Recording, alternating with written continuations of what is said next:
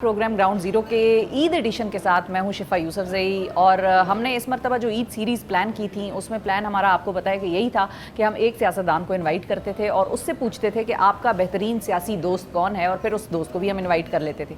अब आज जो हमारे गेस्ट्स हैं वो दोनों बड़े ही अनकन्वेंशनल इस तरीके से हो गए हैं और बड़े ही दलेर हैं मेरे दानिस्त में कि इन्होंने बड़े अरसे से जिस किस्म की सियासत की उन सियासी जमातों को दोनों हमारे आज के मेहमानों ने छोड़ा और एक वक्त आया कि जब दोनों की ही सियासत एक जैसी होती नज़र आई, इनका नज़रिया एक जैसा नज़र आया हमें और अलबत्ता सियासी जमातें डिफरेंट थी लेकिन नज़रिया एक हो गया और उसके बाद फिर इनकी ज़िंदगी के जो फैसले पिछले कुछ माजी करीब में देखने को मिले वो भी एक जैसे हो गए।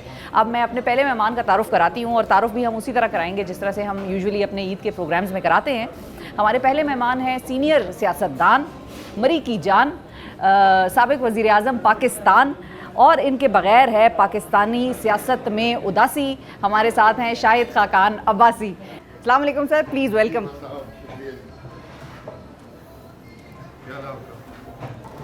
अब्बासी साहब ईद मुबारक, बहुत मेहरबानी आपने वक्त निकाला।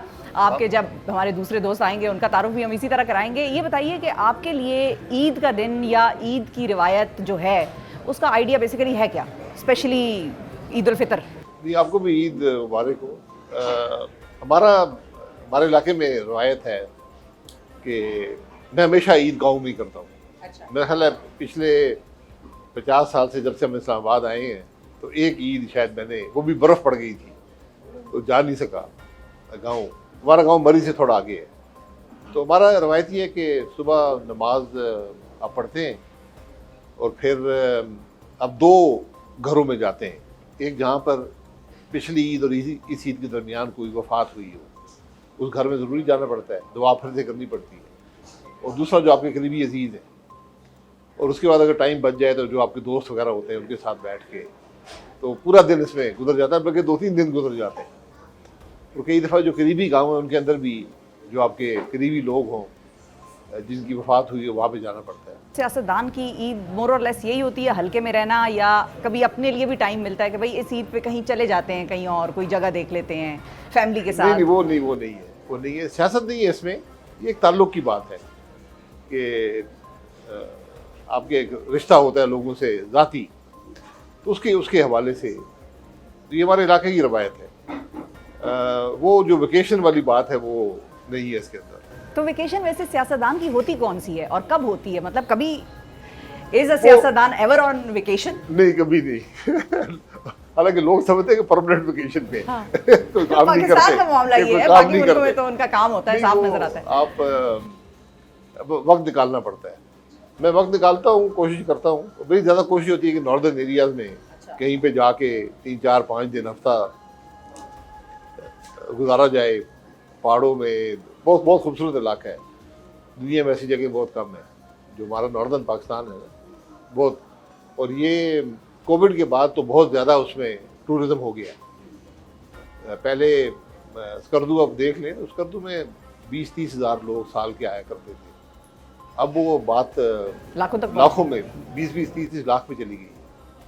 तो बहुत ज़्यादा फ़र्क पड़ गया। उसके नुकसानात भी हैं कि वो जो एक मशरूम ग्रोथ हो गई है उससे खराबी पैदा होती है इलाके में, उसको कंट्रोल करना चाहिए। लेकिन अब लोग आते हैं सारे पाकिस्तान से, देखते हैं, बहुत खुश होते हैं और फैसिलिटीज़ बन गई हैं, होटल्स बन गए हैं, रेस्टोरेंट बन गए हैं, सड़कें। आपका फेवरेट स्पॉट है क्या वैसे वेकेशन के लिए, या कोई भी दुनिया का कोई भी इलाका हो सकता है, पाकिस्तान से भी हो सकता है? You can pick one place. नहीं, हर जगह की अपनी एक यूनिक बात होती है और मैंने दुनिया बहुत देखी है। मेरे ख्याल है 150 से ज़्यादा ममालिक, शायद 167 ममालिक मैंने देखे।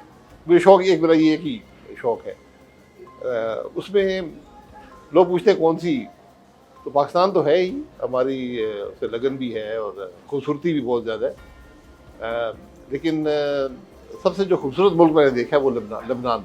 अच्छा। हाँ, बहुत खूबसूरत मुल्क, बड़ा यूनिक मुल्क आपने वैसे नाम लिया उसका। जी, उसके अंदर हिस्ट्री भी है, नेचुरल ब्यूटी बहुत ज़्यादा है और उसकी जो उसकी लोगों की डाइवर्सिटी है, बहुत से किस्म के लोग वहाँ रहते हैं, डिफरेंट मज़हब भी हैं, डिफरेंट एथनिक रेसेस भी हैं, तो बहुत यूनिक जगह है। अच्छा, मुझे आपके दूसरे फ्रेंड का भी मैसेज आ गया, I am on my way. जी, ठीक तो वो है, हम आ नोटों पर जाएंगे, जरा जी। थोड़ी देर बाद आश्कार करेंगे, वंस ही इज जी। हियर तो हम बताएंगे और वहाँ से फिर एक्चुअल कॉन्वर्सेशन को आगे लेके जाएंगे कि इन्होंने उनका नाम तजवीज़ किया क्यों। चलिए, ये सवाल तो मेरे पेपर आउट कर दिए, उनको नहीं पता कि ये सवाल मैं उनसे पूछूंगी। अच्छा, आप ये बताइए कि आपका, अगर हम रिसर्च कर रहे थे, पता नहीं लोगों को पता है या नहीं, अब्बासी साहब लॉरेंस कॉलेज से तालीम आला, यानी कि इनिशियल जो तालीम है वो हासिल की और उसके बाद फिर आला तालीम के लिए ये बैरून मुल्क चले गए, यूनिवर्सिटी ऑफ कैलिफोर्निया, ऐसा ही है? अच्छा नहीं, मैं उससे पहले बता दूं हाँ। कि मेरे वालिद एयरफोर्स में थे, अच्छा तो हम तकरीबन हर साल शहर बदलते थे, पोस्टिंग पोस्टिंग हो जाती थी। तो मैंने 10वीं तक 11 स्कूलों में पढ़ा है और 3 ममालिक में। अच्छा जी, तो ये बस, यानी एक पेशावर का स्कूल था, मैंने 4 दफ़ा वहाँ एडमिशन लिया। हम हर दूसरे साल वहाँ आ जाते थे, तो बच्चे वहीं होते थे, बाकी हम 3-4 एयरफोर्स के लोग थे, वो आते थे, फिर वापस 2 साल बाद आ जाते थे। तो उसके बाद फिर मैं 2 साल लॉरेंस कॉलेज में रहा, बोर्डिंग में। अच्छा, how was the experience of boarding? ज़ाहिर है फिर वो यूनिवर्सिटी में भी आप एक तरह से बोर्डिंग में ही हो जाते हैं, फैमिली तो आपकी यहाँ होती है, लेकिन बोर्डिंग का एक्सपीरियंस और नॉर्मल जो स्कूलिंग है, डे स्कॉलर्स? बहुत अच्छा तजर्बा था वहाँ पर। एक तो आपको खुद इंसानी आ जाती है, कॉन्फिडेंस आ जाता है, और दूसरा आपके दोस्त बनते हैं जो पूरी ज़िंदगी दोस्त रहते हैं। हम 32 थे, 4 हाउसेस थे, तो हर एक में 8 स्टूडेंट्स थे हमारी क्लास में। तो अभी हमारा इस साल 50th हमारी रियूनियन हो रही है जी, 1.5 महीने के बाद, मई में। तो अभी भी अल्हम्दुलिल्लाह 28 लोग मौजूद हैं। अच्छा, 4 फोत हो गए, अच्छा 28 मौजूद हैं। और अभी भी हमारे अंदर वो बहुत अरसा मुलाकात नहीं होती। यानी एक शख्स थे, मुझे वो अभी चंद हफ्ते पहले मिले, 50 साल बाद मुलाकात हुई, लेकिन लगता है कि कल इतनी बेतकल्लुफ़ी है उस रिश्ते में, क्योंकि वो कोई लालच के बगैर रिश्ता अनकंडीशनल। जी, अनकंडीशनल होता है।